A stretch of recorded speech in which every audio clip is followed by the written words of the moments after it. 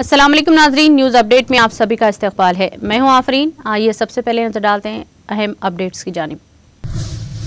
त्रिपुरा में होने वाले फसाद की सख्त अल्फाज में मजम्मत करते हुए जमीयतुल उलमा हिंद के सदर मौलाना अरशद मदनी ने कहा कि शर पसंदों के खिलाफ अब तक किसी ठोस कार्रवाई का न होना इंतहाई अफसोसनाक है।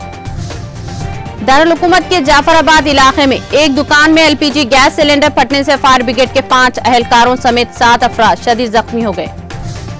हुकूमत ने खाम पाम ऑयल, खाम सोयाबीन तेल और खाम सनफ्लावर ऑयल पर बुनियादी महसूल को 2.5% से 0 कर दिया है, ताकि गुज़िश्ता एक बरस से खाना पकाने वाले तेलों की कीमतों में होने वाले मुसलसल इजाफे की रोकथाम हो सके। वज़ीर आला अरविंद केजरीवाल की क़ियादत में दिल्ली हुकूमत ने दारुल हुकूमत में कोरोना इन्फेक्शन पर काबू पाने में कोविड-19 के खिलाफ लड़ाई को मजबूती से लड़ने के लिए माली साल 2021-22 में तकरीबन 1544 करोड़ रुपए खर्च करेगी। वज़ीर ख़ारजा एस शंकर ने न्यूजीलैंड के वज़ीर ख़ारजा नानाया मोहता के साथ 2 तरफा मीटिंग की और मौसमियाती तब्दीली, हिंद बहरे काहिल, कोविड और दौलत मुश्तरका से मुताल्लिक़ उमूर पर तबादला ख्याल किया। मरकजी वजीर पीयूष गोयल ने टेक्निकल टेक्सटाइल के बरामदात को 3 वर्षों में $2 बिलियन से $10 बिलियन तक 5 गुना बढ़ाने का हदफ मुकर्रर करने का हदफ रखा है। अभी बरामदात $2 अरब के बराबर हैं।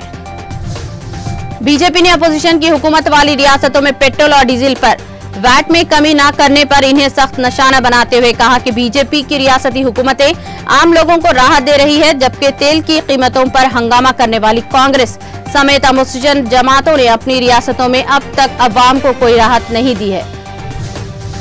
दिल्ली पुलिस ने पाबंदी के बावजूद दारुल हुकूमत दिल्ली में पटाखे फरोख्त करने और इस्तेमाल करने की पादाश में 281 लोगों को गिरफ्तार किया है। दिल्ली के वज़ीर आला अरविंद केजरीवाल ने मुफ्त राशन स्कीम को मजीद 6 माह के लिए बढ़ा दिया है। कांग्रेस के सीनियर लीडर और राज्यसभा रुकने पार्लियामेंट दिग्विजय सिंह ने कहा कि वज़ीर आज़म नरेंद्र मोदी एक और दौरे हुकूमत मिलने पर अगर आइन में तब्दीली करते हैं तो इन्हें हैरानी नहीं होगी। न्यूज़ अपडेट में फिलहाल इतना ही। दीगर अपडेट्स के लिए जुड़े रहिए टीटीवी के साथ।